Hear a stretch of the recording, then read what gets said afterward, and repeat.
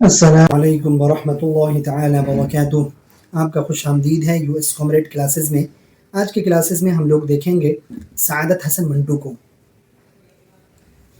سعادت حسن منٹو 11 مئی 1912 کو موجودہ لدھیانہ یعنی پنجاب کے سمبرلا گاؤں میں پیدا ہوئے۔ منٹو کے والد کا نام خواجہ حسن غلام تھا اور والدہ کا نام سردار بیگم تھا۔ امرتسر میں انہوں نے اپنی پوری تعلیم حاصل کی لیکن انٹرنس سے آگے نہیں بڑھ سکے۔ ایک مختصر مدت کے لیے علی گڑھ یونیورسٹی میں ان کا داخلہ ہوا لیکن بیماری کی وجہ سے انہیں علی گڑھ چھوڑنا پڑا تھا۔ 1933 میں ان کی ادبی زندگی کا آغاز ہوا۔ اس دوران وہ اخباروں میں کالم نویسی اور ادارت کے فرائض انجام دینے لگے۔ مغربی ادب کے تراجم میں انہوں نے شروع کر دیے مغربی ادب کے تراجم بھی انہوں نے شروع کر دیے۔ ان کا پہلا افسانہ امرتسر سے نکلنے والے رسالہ خلق کے اگست 1934 کے شمارے میں تماشا عنوان سے شائع ہوا۔ انہوں نے صحافت کو شروع کے زمانے میں اپنی روزی روٹی کا ذریعہ بنایا۔ بعد میں فلمی دنیا سے بھی ان کا تعلق قائم ہوا اور بہت ساری فلموں کی کہانی، مکالمے یا منظر نامے انہوں نے قلم بند کیے۔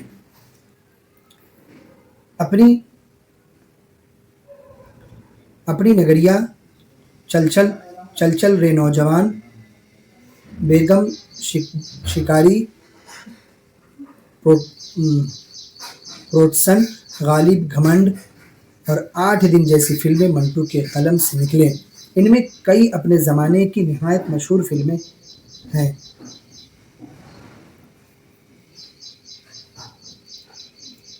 منٹو افسانہ نگار تھے۔ ان کی شناخت بھی اسی حوالے سے قائم ہوتی ہے۔ ان کا پہلا افسانوی مجموعہ آتش پارے 1936 میں شائع ہوا تھا۔ دھواں، چغت، خالی بوتل خالی ڈبے، نمرود کی کھدائی، سڑک کے کنارے، اوپر نیچے درمیان، سرکنڈوں کے پیچھے وغیرہ ان کے مشہور افسانوی مجموعہ ہیں۔ انہوں نے مختصر ترین افسانوں کا ایک مجموعہ سیاہ حاشیے شائع کیا جس میں تقسیم ملک کا المیہ اور سیاسی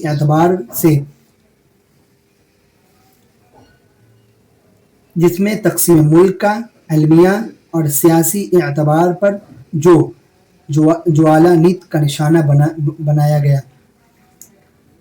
منٹو نے ایک ناول لکھا جن کا نام بغیر عنوان کے ہے، خاکے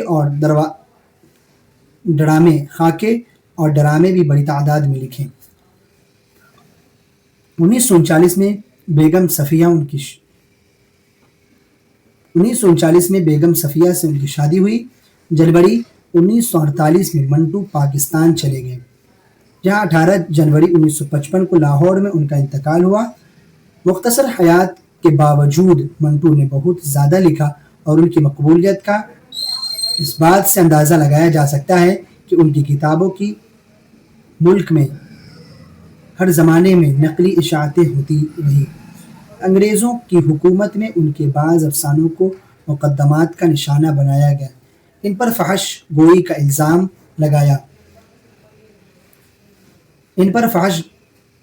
الزام لگا، خاص طور سے ان کے افسانے بو، ٹھنڈا گوشت، کالی سلوار، دھواں، کھول دو، اوپر نیچے، درمیان افسانوں پر مقدمات چلے۔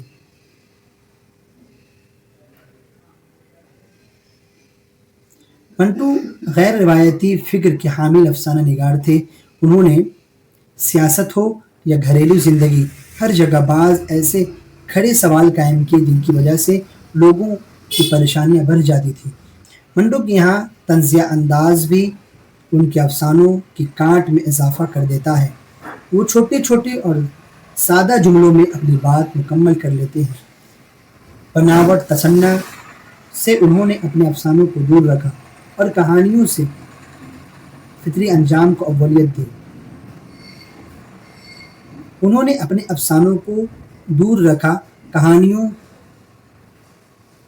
कहानियों के फितरी अंजाम को अव्वलियत दी।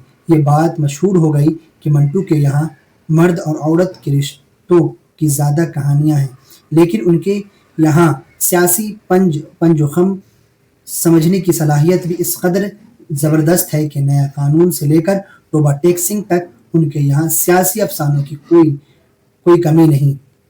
प्रेमचंद के बाद मंटू, बेदी, कृष्णचंद और इसमें चौथाई से मिलकर उर्दू अफसाने की सबसे ताकतवर नस्ल सामने आई। कहने का मतलब इसमें यह है कि जो मंटू जो था वो उनकी पैदाइश 1912 में हुई और उन्होंने अपनी जो पूरी तालीम की वो इंट्रेंस तक ही थी। वो ग्रेजुएशन के लिए अलीगढ़ भी गए, लेकिन किसी वजह से वो अलीगढ़ में नहीं पढ़ पाए, कुछ दिन रहे, उसके बाद बीमारी की वजह से वो वापस चले आए। लेकिन इन्होंने अपने हाथ से जो काम किया है, जो चीज़ें लिखी हैं, उनको लोगों ने हाथों हाथ लिया। जैसे कि इन्होंने खाका लिखा, इन्होंने खाका के अलावा इन्होंने अफसाना लिखा, नॉवेल लिखा और फिल्मों की कहानियाँ लिखी, जिसमें कई सारे इनके अफसाने हैं, कई सारे खाके हैं, कई सारे इनके अफसानों पर उस ज़माने के लोगों ने, अंग्रेज़ के ज़माने में लोगों ने, अंग्रेज़ की हुकूमत ने इनके कई अफसानों पर क्या कर दिया, इन पर केस कर दिया, इनके बहुत सारे अफसानों को जब्त कर लिया गया। और इन्होंने 1939 में सफ़िया बेगम से शादी की और पाकिस्तान 1948 में चले गए,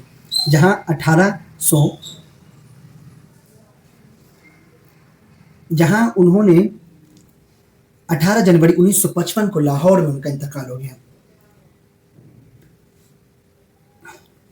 इनकी जो मशहूर किताबें हैं उनमें, और हमने ऊपर बात किया कि इनके कई सारे अफसाने हैं जिनको अंग्रेज़ों ने इल्ज़ाम लगाकर उनको जब्त कर लिया, जिसमें ठंडा गोश्त, बू, काली सलवार, धुआं, खोल दो और ऊपर नीचे दरमियान अफसानों में पर मुकदमात लगे उनके। इन्होंने अपने अफसाने में कई सारे खड़े सवालात किए जिससे लोग परेशान हो गए थे। मंटू के यहाँ तंज़िया अंदाज भी पाया जाता था। मैंने पिछले किसी चैप्टर में तंज़िया अंदाज के बारे में बताया था, अफसाना में ही बताया था कि तंज़िया अंदाज वो होता है, वो अंदाज जिसमें बात तो कही जाती है, लेकिन कैसे कही जाती है, मज़ाक़िया तौर पर बातें कही जाती है। तंज़िया अंदाज भी उनके अफसानों में है और छोटे और सादा जुमला जैसे आम लोग बोलते हैं ना, वैसे सादे अल्फाज हैं इनके अफसानों में, इनके ड्रामों में, या फिर इनके फिल्म के जो स्क्रिप्ट है, या फिर इनके जो भी इन्होंने जो चीज़ भी लिखी उनको सादा ज़बान में लिखा कि आवाम भी उन्हें आसानी से पढ़ सके। इनके यहाँ आपको औरत मर्द दोनों के किरदार मिलेंगे। फिर इनके यहाँ आपको सियासत पर भी बहुत सारे मिल जाएंगे, जिसमें कहा गया है कि नया कानून से लेकर टोबा टेक सिंह तक इनके अफसाने ऐसे हैं जिसमें उस वक्त के मौजूदा सरकार पर आवाज़ उठाया गया था, पूछा गया था उसमें कि हमारी सरकार कैसी है, हमें क्या करना चाहिए। नया कानून तो ये कहता है कि नया कानून में तो मंटू इस तरह नक्शा खींचते हैं, ऐसे पता चलता है कि कल नया कानून आने वाला है। नया कानून मतलब जैसे कि अभी संविधान में क्या होता है कि बहुत सारे कानून बनाए जाते हैं, तो ऐसा होता है ना कि अब कल से नया कानून आएगा तो उसको लागू किया जाएगा। लेकिन उन्हें ऐसा लगता है लोगों को कि उस ज़माने में कि नया कानून आने वाला है, इसका मतलब कि अंग्रेज़ लोग चले जाएंगे और हम जो हिंदुस्तानी हैं या जो भी हैं, हम लोग यहीं रह जाएंगे और एक अपना नई ज़िंदगी यहाँ से शुरू करेंगे। उसके बारे में उसमें जिक्र है। तो इनके अफसाने बड़े मज़ेदार हैं, अगर जब पढ़ें तो ज़रूर पढ़ें।